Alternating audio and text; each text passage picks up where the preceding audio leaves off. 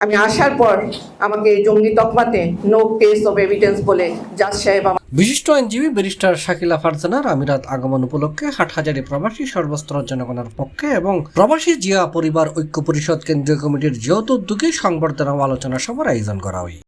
আমি জাতীয়তাবাদী পরিবারের সদস্য এবং আমি মনে করি জাতীয়তাবাদী পরিবারের জন্য যে ত্যাগ তিতিক্ষা করতে হয় সেটা আমি সর্বোচ্চ করেছি।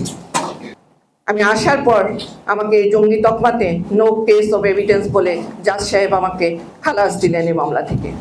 গত জুন 16 তারিখ সোমবার মোসাফফর সানায়ান সেন্টার হল রুমত ইউই বিএনপির আহ্বায়ক কমিটির সদস্য মুসাল মাহমুদ চৌধুরীর সভাপতিত্বে প্রবাসী জিয়া পরিবার ঐক্য পরিষদের সভাপতি শাহজাহান মিয়া ও হাইবুর রহমানের যৌথ পরিচালনায় এটা প্রধান অতিথি হিসেবে উপস্থিত আছেন উত্তর জেলা বিএনপির সাবেক সদস্য ও বিশিষ্ট আইনজীবী ব্যারিস্টার শাকিলা ফারজানা।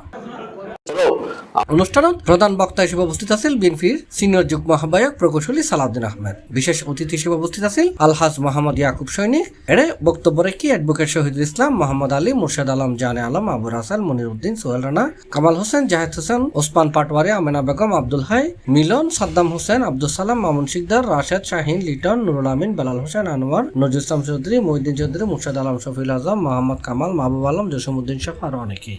আপনারা যারা এলাকাবাসী আছেন ওনাদেরকেই কিন্তু ওনাদের সাথেই সাক্ষাৎ করতে চান।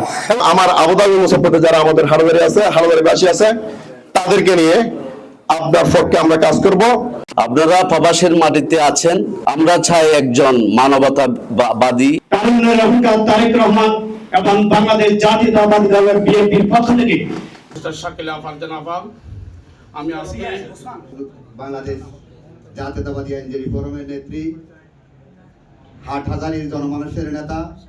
হাটহাজারী থেকে নমিনেশন দিতে হবে, এটা আমাদের কি উদ্দেশ্য, আমাদেরকে কিভাবে নিতে হবে।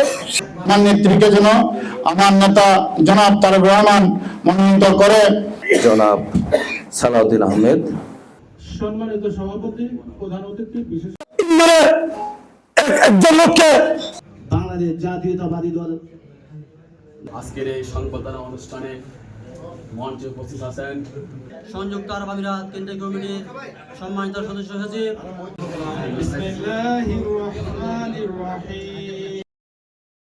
C plus TV, Chittagong.